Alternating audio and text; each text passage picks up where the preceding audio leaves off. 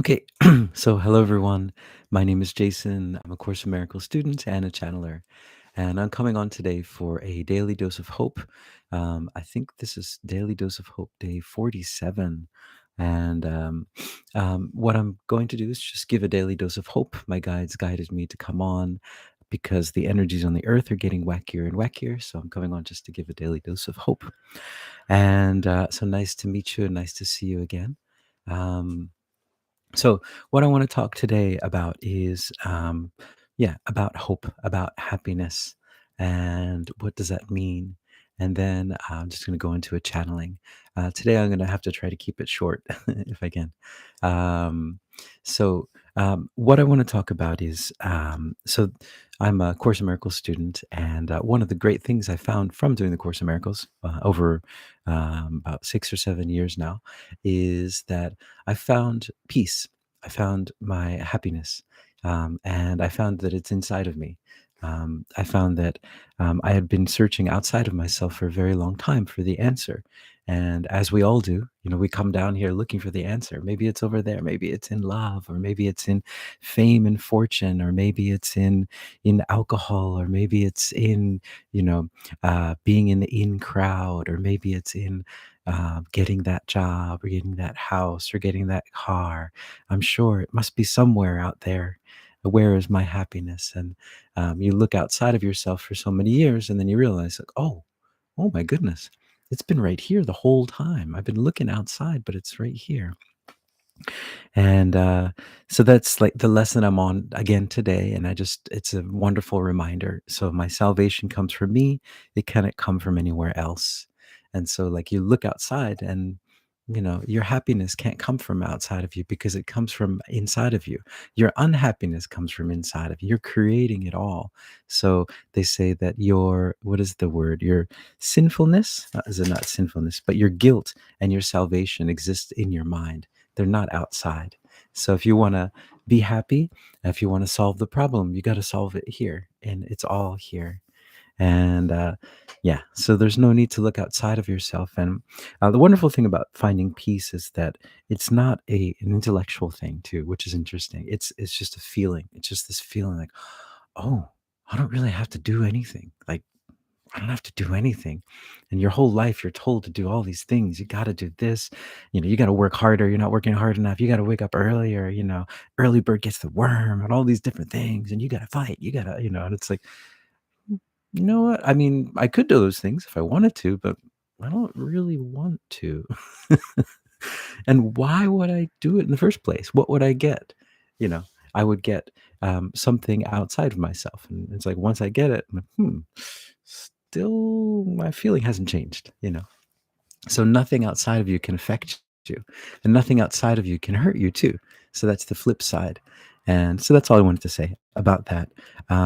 It's a very simple lesson, simple idea, but it's once you experience it here. I mean, when you use words to talk about it, it just sounds like, oh yeah, that's wonderful. But I got to do stuff. I got to go out there. I got to.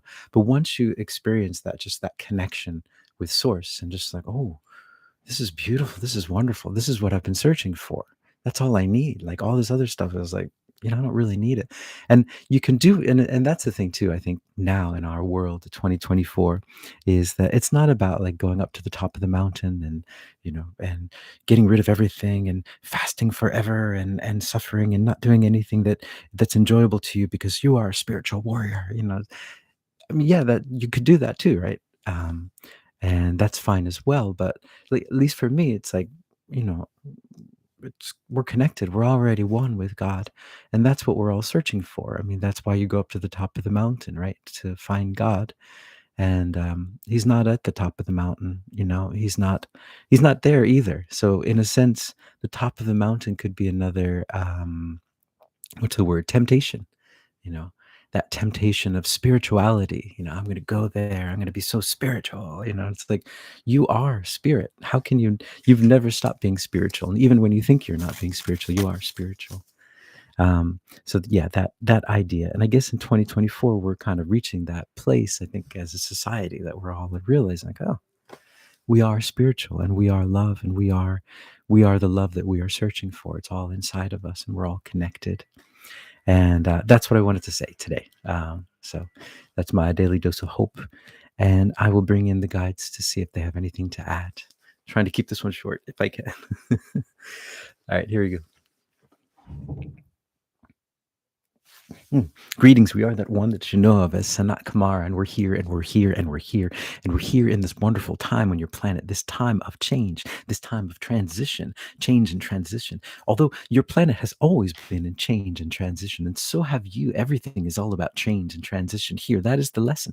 That is the lesson. You are eternal, and you never change, but you come down to this place that is always changing every second of the day. You can see by the light that comes from your sun, and the angle shifts and change at every second throughout the day. And so you can see change. You understand that change is always around you. And how do you survive in a world of change when you are changeless? Yes, that is the question, and that is the answer. You don't survive in that sense, because survival is a part of this world. This concept of survival, this concept of fight or flight, this concept of fighting, of anger, of destruction is all just a part of this world here. But what this whole project that you came down here to do is to imbue this world where there is that concept of survival, to imbue this world with the concept of love and eternal peace. And that is what you are here to do. And that is what's going on now. So that is your miracle that you are creating on this world. You are bringing down these higher energies into this lower frequency, and you are imbuing this lower frequency with those energies. You are lighting up the world. You are lighting up the world with beautiful colors. You are touching the clouds, and they're shimmering with light. You are touching other bodies, and they're shimmering with light. You touch inanimate objects, desks and chairs, and they're shimmering with the light of heaven on earth. And that is what you were doing. You are bringing heaven down to earth. You are bringing eternity down into time.